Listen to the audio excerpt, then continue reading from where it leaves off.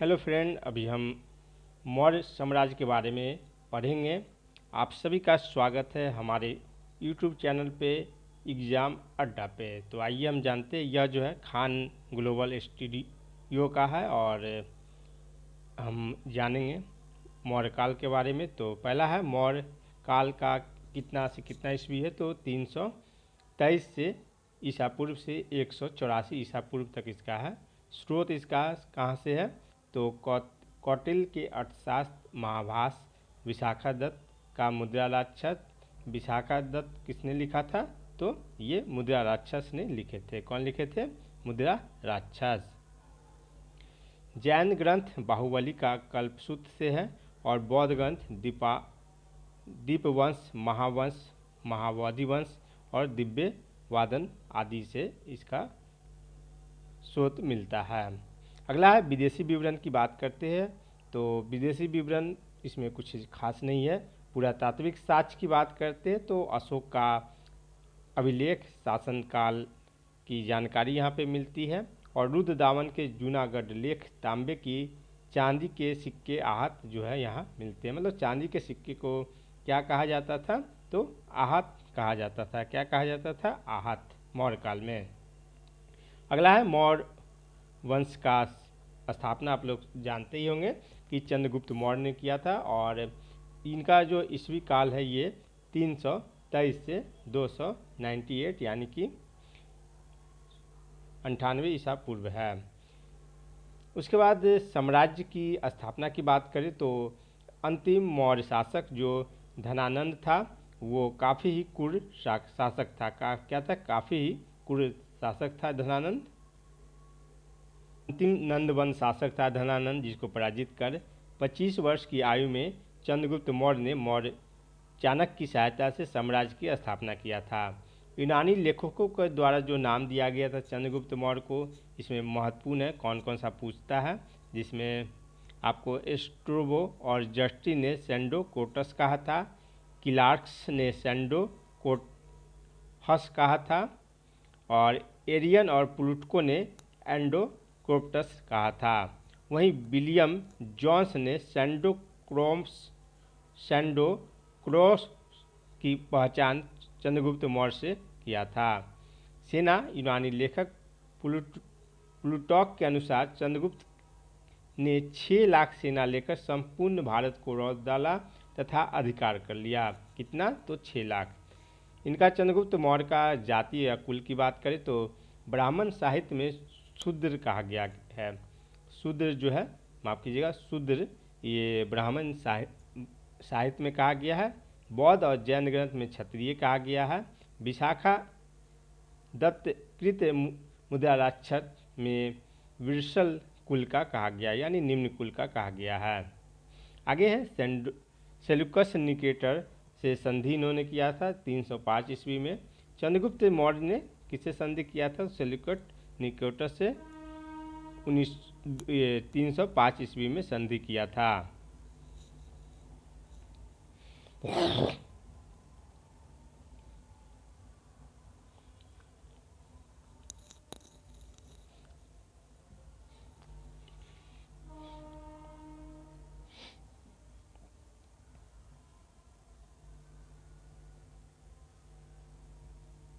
ने Seleucus Nicator को पराजित किया तथा संधि में 500 हाथी दिए।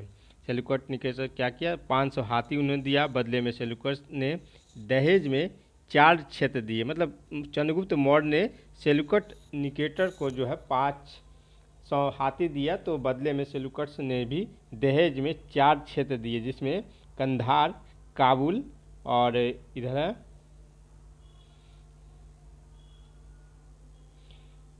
हेरात और मकरान, ये चारों क्षेत्र जो है उन्होंने दिया।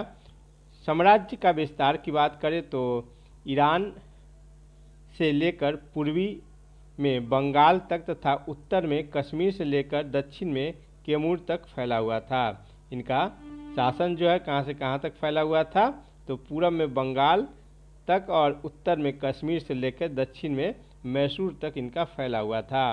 बंगाल पर विजय की जानकारी महास्थान अभिलेख से मिलता है। चंद्रगुप्त मौर्य के जो है बंगाल पर विजय की जानकारी कहाँ से मिलती है? तो महास्थान अभिलेख से मिलती है।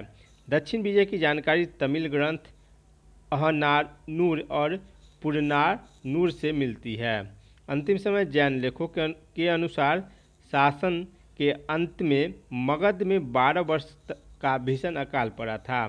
भीषण अकाल कब पड़ा था? चंद्रगुप्त मौर्य के समय पड़ा था। अंतिम समय में उन्होंने भद्रबाहु से जैन धर्म की दीक्षा ली थी। मतलब ये क्वेश्चन आता है बार बार ये टॉपिक में कि किससे जैन धर्म की चंद्रगुप्त मौर्य ने दीक्षा ली थी? तो भद्रबाहु से लिया था। श्रवणबेल गोला जो मैसूर में है जाकर उन्होंने 298 ईस्वी पूर्व में संलेखना विधि यानी सत्यमेव जय से शरीर त्याग दिया था। कब त्यागा था? 298 ईस्वी पूर्व में। उसके बाद बिंदुसार आए। उनके वो जो है उपाधि यूनानी लेखकों के अनुसार अमितघात, भद्रसार और सिंहसेन, ये सभी जो है उपाधि उनको दिया गया। किसके द्वारा? तो ये यूनानी लेखक ने अमितघात कहा, वायु पुराण में भद्रसार और जैन ग्रंथ में सिंहसेन कहा गया। और इनका शासनकाल बिंदुसार का कब से कब तक रहा? तो 298 से 273 ईस्वी पूर्व तक। विजेता बौद्ध विद्वान तारानाथ ने इसे 16 राज्यों का विजेता कहा था। किसे कहा था? तो बिंदुसार को कहा था 16 राज्यों का विजेता। संप्रदाय यह आजीवक संप्रदाय का अनुयायी था और संस्थापक मखलीपुत्र गौसाल थे। आजीवक संप्रदाय का संस्थापक कौन थे? तो मैथिलीपुत्र गौसाल थे। विदेशी संबंध की बात करें तो सीरिया नरेश एंटीकोस्टस से डाइमेकस को भेजा। मतलब ये बिंदुसार जो है इनके दरबार में किसको कौन भेजा था? तो सीरिया नरेश एंटीकोस्टस। सीरिया नरेश कौन थे? एंटीकोस्टस। और इन्होंने क्या किया था? डायोनीसस को राजदूत बनाकर इनके दरबार में भेजा था। इनके दरबार में डायमेकस तथा डायोनीस 2 विदेशी राजदूत आए थे, माफ़ कीजिएगा ये। और सीरिया नरेश जो थे एंटीकोस्टस, इन्होंने डायमेकस को भेजा था। बिंदुसार ने मदिरा, अंजीर और दार्शनिक भेजने की प्रार्थना की थी इससे। तो ये जो है एंटीकोस्टस से। उसके बाद अगला देखते हैं पॉइंट। विद्रोह दिव्यावदान के अनुसार बिंदुसार के समय तक्षशिला में 2 बार विद्रोह हुआ था। बिंदुसार के समय तक्षशिला में कितना बार विद्रोह हुआ? तो 2 बार। पहले विद्रोह का दमन के लिए अशोक को भेजा, दूसरी बार जो है सुमुख को भेजा था। ये क्वेश्चन भी पूछता है कि विद्रोह दबाने के लिए पहली बार किसको भेजे थे? तो अशोक को भेजे थे। किसको? अशोक को। दूसरी बार सुसुक को। अगला क्वेश्चन अगला टॉपिक देखते हैं अशोक। बिंदुसार के बाद बिंदुसार के ही पुत्र थे अशोक। ये 1773 से माफ़ कीजिएगा 273 से अरे इधर आओ, हाँ 273 ईस्वी पूर्व से 232 ईस्वी पूर्व तक अशोक का शासनकाल रहा। साम्राज्य पद जो है 269 ईस्वी पूर्व में अशोक मौर्य साम्राज्य के सम्राट बने। इससे पहले अवंती के राज्यपाल थे। यह कहाँ के राज्यपाल थे? अशोक अवंती के राज्यपाल थे।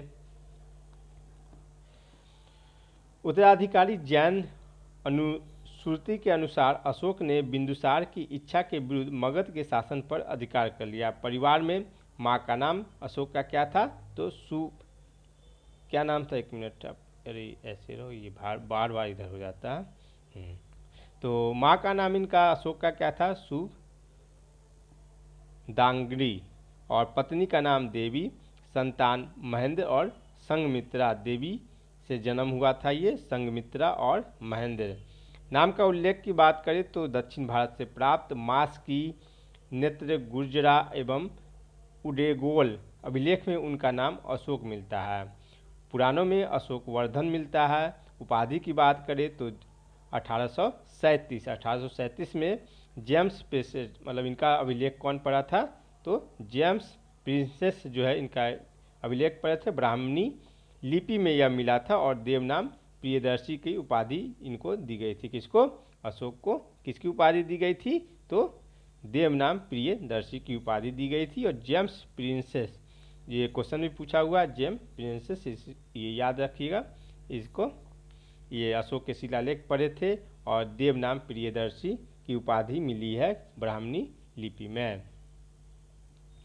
धर्म परिवर्तन की बात करें तो प्रारंभिक धर्म इनका ब्राह्मण धर्म था, महावंश और शैव धर्म अपनाए थे। अशोक जो है, सम्राट अशोक जिसको बोलते हैं, उन्होंने शुरू में कौन सा धर्म अपनाया? तो शैव धर्म अपनाया। कौन सा धर्म अपनाया? एक मिनट, शैव धर्म जो है इन्होंने अपनाया था। और बौद्ध धर्म अपनाया कब? तो बौद्ध साहित्य और अरोहर यानी उत्तर प्रदेश लेख के अनुसार निग्रोह का उपदेश सुनने के बाद जो है इन्होंने बौद्ध धर्म अपनाया था। निग्रोध जो है उनका उपदेश सुनने के बाद बौद्ध, ये सम्राट अशोक जो है उन्होंने बौद्ध धर्म अपनाया।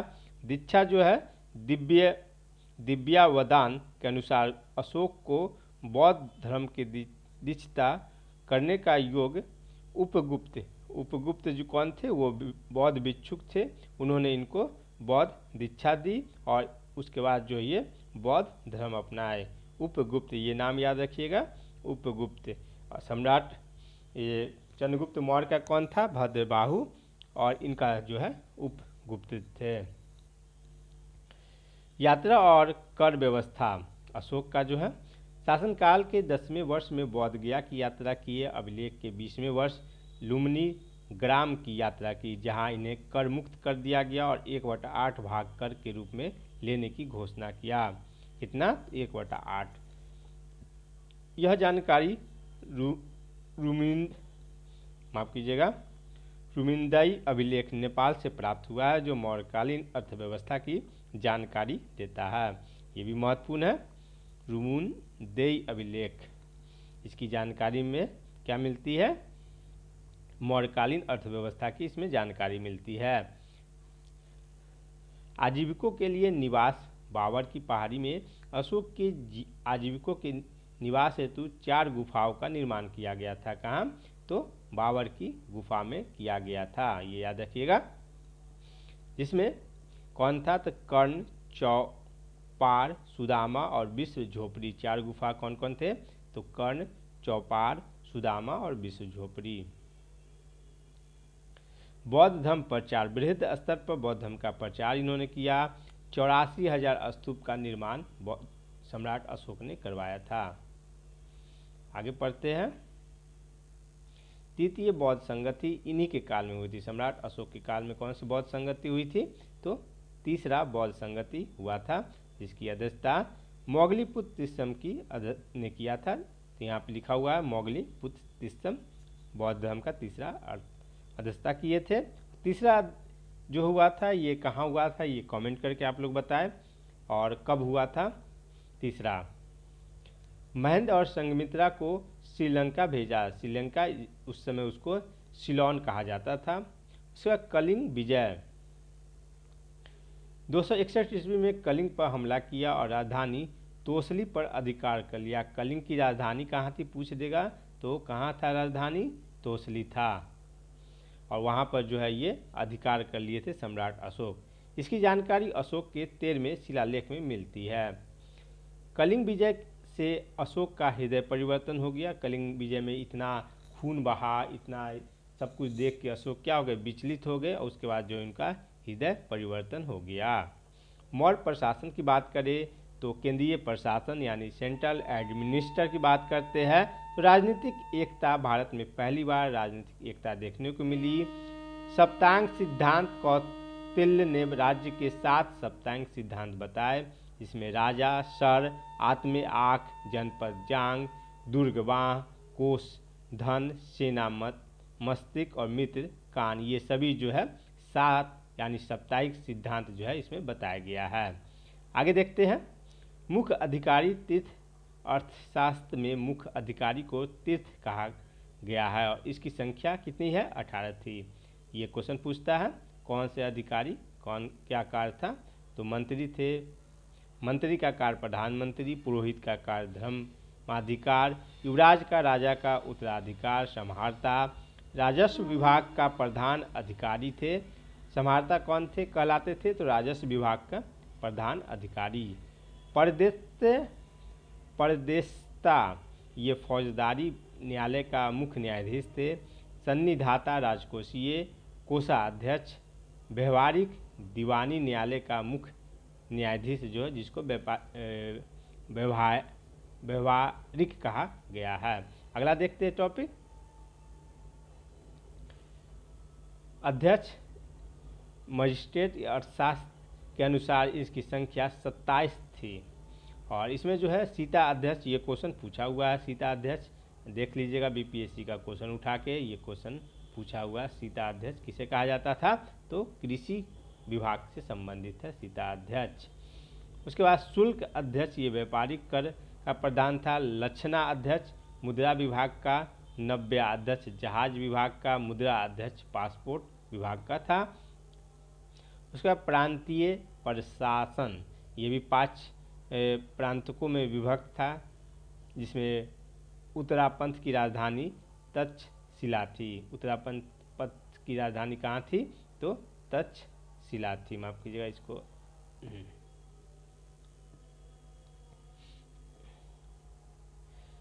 तक्षशिला किसकी राजधानी थी? उत्तरापंथ की। दक्षिणापंथ की सुवर्णगिरी थी। अवंती राष्ट्र की राजधानी उज्जैनी थी। प्राची यानी पूर्वी प्रदेश की राजधानी पाटलिपुत्र। कलिंग की राजधानी तोसली थी। कलिंग की राजधानी कहाँ थी? तोसली थी। अगला पॉइंट, नगर प्रशासन यानी सिटी एडमिनिस्ट्रेशन। जानकारी, इसकी जानकारी कहाँ से मिलती है? तो मेगास्थनीज की इंडिका में मिलती है। नगर प्रमुख को एस्टोनोमोई कहा गया है। नाम भी ऐसा है कि थोड़ा सा बोलने में कठिनाई होती है, तो आप लोग इसको सही से पढ़ लीजिएगा। काफ़ी नगर प्रमुख एस्टोनोमोई। नगर प्रशासन 30 सदस्य और 6 समितियों में विभाजित था। समिति की बात करते हैं तो पहली समिति औद्योगिक, ये उतना इम्पोर्टेंट नहीं है लेकिन हम पढ़ देते हैं। पहली समिति औद्योगिक के उत्पादन से संबंधित थी। दूसरी समिति विदेशी मामलों की देखरेख करती थी। तीसरी जन्म तथा मृत्यु का पंजीकरण। चौथा व्यापार और वाणिज्य विनिर्माण। पांचवा माल के निर्माण पर नजर रखती थी। छठी कर वसूलती थी। 6 समिति हो गई। और अगला है सैन्य प्रशासन यानी मिलिट्री एडमिनिस्ट्रेशन। युद्ध सेना में सेना का नेतृत्व करने वाला अधिकारी को नायक कहा जाता था। ये भी प्रश्न पूछा हुआ है कि नायक किसको कहते थे? तो सेना का नेतृत्व करने वाला नायक कहते थे। जस्टिन का विवरण पर टॉपिक यहाँ पे 6 लाख इसमें शामिल थे सेना और पश्चिमोत्तर भारत पर अधिकार किए। पालनी का विवरण की बात करें तो 6 लाख पैदल सेना थे। 30,000 घुड़सवार, 9,000 हाथी, 50,000 अश्व यानी घोड़ा और 8,000 रथ थे चंद्रगुप्त मौर्य के साथ, मतलब ये अशोक के समय। राजस्व व्यवस्था की बात करें, रेवेन्यू सिस्टम की, तो राजस्व प्रणाली की रूपरेखा पहली बार तैयार की गई, जिसका उल्लेख कौटिल्य के अर्थशास्त्र में मिलता है। राजस्व व्यवस्था का उल्लेख कहाँ मिलता है? तो कौटिल्य के अर्थशास्त्र में मिलता है। भूमि कर कौटिल्य के अनुसार 1/6 भाग और मेगास्थनीज के अनुसार 1/4 भाग जो है भूमि कर इसका था अशोक का। भूमि का वर्गीकरण 3 भागों में था। कौन कौन भाग? ये पूछता है। सीता, जो सरकारी भूमि, ये भी क्वेश्चन आया हुआ है। सीता, जिसको सरकारी भूमि को सीता कहा जाता था। इसको सरकारी भूमि को भाग, इसको निजी भूमि, और आदेव मात्रक बिना वर्षा की अच्छी खेती वाली भूमि को कहा जाता था। 3 भागों में बांटा गया। अन्य कर की बात करें तो बलि, विविध, रज्जु, ये रज्जु पूछा हुआ है। रज्जु क्या है? तो भूमि माप के लिए यह कर है। और बलि जो है धार्मिक कर है। और विविध जो है चारागाह कर के लिए जाना जाता है। न्याय प्रशासन की बात करें तो जुडिशियल, ये इसमें सर्वोच्च न्यायालय का प्रमुख जो है राजा ही होते थे। ग्राम न्यायालय का प्रमुख ग्रामिणी कहलाता था। क्या कहलाता था? तो ग्रामिणी। ये क्वेश्चन महत्वपूर्ण है कि ग्राम न्यायालय का प्रमुख किसको कहा जाता था? ग्रामीण। ट्रिक से याद रख सकते हैं, ग्राम न्यायालय, इसका ग्रामिणी। जनपद न्यायालय का प्रमुख राजूक अशोक द्वारा इसको तय किया गया था। जनपद न्यायालय का प्रमुख किसको कहते थे? राजूक को। न्याय एवं दंड व्यवस्था कठोर थी अशोक के समय। कौटिल्य के अनुसार दीवानी और फौजदारी दोनों थी। सामाजिक व्यवस्था यानी सोशल सिस्टम, वर्ण व्यवस्था का चलन था। कौन सा व्यवस्था? तो उस समय वर्ण व्यवस्था का चलन था। शूद्रों हेतु कौटिल्य ने आर्य शब्द का इस्तेमाल तथा अधिकार दिया। शूद्र के लिए कौन सा शब्द दिया? तो महत्वपूर्ण है ये, आर्य शब्द दिया था। किसने? तो कौटिल्य ने दिया था। अगला है पॉइंट, ये सभी क्वेश्चन पूछता है और पूछा हुआ भी है, तो इस ध्यान से थोड़ा पढ़िएगा, टाइम लग रहा है। गणिका जिसको वैश्या कहते थे, इसमें वैश्यावृत्ति करने वाले स्त्री को रूपा जीवा कहलाती थी। क्या कहलाती थी? रूपा जीवा कहलाती थी। महिलाओं के अधिकार, स्त्री को पुण्य विवाह करने, विधवा विवाह और नियोग प्रथा के अधिकार थे। और उस समय क्या था? पुण्य विवाह, विधवा विवाह और नियोग विवाह के भी अधिकार थे। शिक्षा का मुख्य केंद्र कहाँ था उस समय? तो तक्षशिला था। तक्षशिला काफ़ी महत्वपूर्ण है। मेगा स्थानीज द्वारा विभाजन जो है वो भारतीय समाज को 7 वर्गों में विभाजित किया गया था। ये क्वेश्चन पूछा हुआ है, इसमें कौन सा वर्ग नहीं है, इस तरह करके पूछा हुआ है बीपीएससी में क्वेश्चन, तो ये जरूर याद रखिएगा। 7 वर्ग कौन कौन सा है ये ध्यान रखिए। तो 7 वर्ग है, प्रमुख रूप से आप देख लीजिए इसको, 7 वर्ग को। पहला है दार्शनिक, दूसरा है किसान, तीसरा है निरीक्षक, चौथा है आहिर, पाँचवा है सैनिक, छठा है कारीगर और सातवां है सभासद। ये 7 जो है मुख्य रूप से याद कर लीजिएगा। VVI है, ये सभी जो है क्या है? VVI है ये सभी। ये 7 जो है हमेशा याद रखिएगा। अगला है मौर्य साम्राज्य का पतन, कारण करों की अधिकता और आर्थिक समस्या, ब्राह्मणों की प्रतिक्रिया। अशोक के बाद मौर्य साम्राज्य का भी, मतलब अशोक जब मरे तो उसके बाद मौर्य साम्राज्य क्या हो गया? विभाजित हुआ। विभाजन, अशोक के बाद मौर्य साम्राज्य का विभाजन कुणाल पश्चिमी और दशरथ पूर्वी में हुआ। मतलब कुणाल जो है पश्चिमी में गए और दशरथ जो है पूर्वी में। अशोक के बाद कुणाल शासक बना, जिसे दिव्य वदान में धर्म विविधन कहा गया। शासनकाल अशोक चंद्रगुप्त मौर्य शासनकाल 137 वर्ष तक रहा। कितने वर्ष तक रहा? 137 वर्ष तक रहा। और इसके सबसे अंतिम राजा बृहदत्त थे, ये आगे आएगा, इसमें हम देखेंगे। तो शासनकाल मौर्य साम्राज्य का 137 वर्ष तक रहा। कमजोर शासन, अशोक के बाद 50 वर्ष तक कमजोर शासन चल रहा था। कश्मीर राजतरंगिणी के अनुसार कुणाल के समय कश्मीर का शासक जालौक था। कौन था? जालौक। इसमें कुछ चीज़ें नहीं दी गई, वो हम आपको अपने से बता रहे हैं। जैसे अंतिम शासक कौन था? तो बृहदत्त था, माफ़ कीजिएगा, बृहदत्त जो है इसका अंतिम शासक था। और पुष्यमित्र शुंग ने इनकी हत्या करके साम्राज्य का खत्म कर दिया। उसके बाद जो है अशोक का 14 शिलालेख था, जिसमें प्रथम में क्या था? तो 14 शिलालेख कुल था, और 14 शिलालेख में प्रथम था जीव हत्या निषेध निंदा, और इसमें जो है दूसरा में था पड़ोसी राज्य का, मतलब ये जो था पड़ोसी राज्य जिसमें थे पांडव, सती पुत्र, तामपति, ये सभी जो है छोटे छोटे राज्य का चित्र भी था। उसके बाद तीसरा जो है वो अभिषेक 13वें वर्ष में किया गया था, उसका चर्चा है। चौथा में भोरी घोष धर्म घोष की चर्चा है। 5वें में 14 वर्ष धर्म मात्र की नियुक्ति की चर्चा है। छठा में प्रजा हेतु हरदम तैयार रहने यानी आत्मनियंत्रण की शिक्षा की चर्चा है। सातवां में सभी संप्रदाय सर्वत्र रहे अशोक की तीर्थ यात्रा की चर्चा है।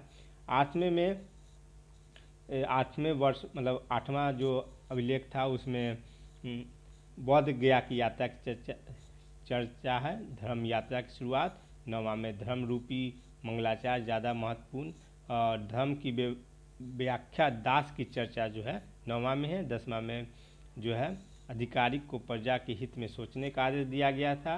11वां में धर्म का व्याख्या किया गया था। 12वां में सभी धर्म फले फूले कहा गया। 13वां में कलिंग युद्ध का चर्चा है। 14वां में विस्तृत राज की चर्चा है। इस तरह अशोक का वो सब हम आपको दिखाए, सारा कुछ महत्वपूर्ण है, एक बार पढ़ लीजिएगा आप भी। का इसमें से 2 या 3 नंबर का क्वेश्चन जरूर रहता है। तो आप सभी का देखने के लिए धन्यवाद। आप सभी को हमारे चैनल से जुड़े रहे और अड्डा को ज़रूर सब्सक्राइब करें ताकि हम आपको नए नए क्वेश्चन दिखा सके। थैंक यू, धन्यवाद आप सभी का जुड़ने के लिए।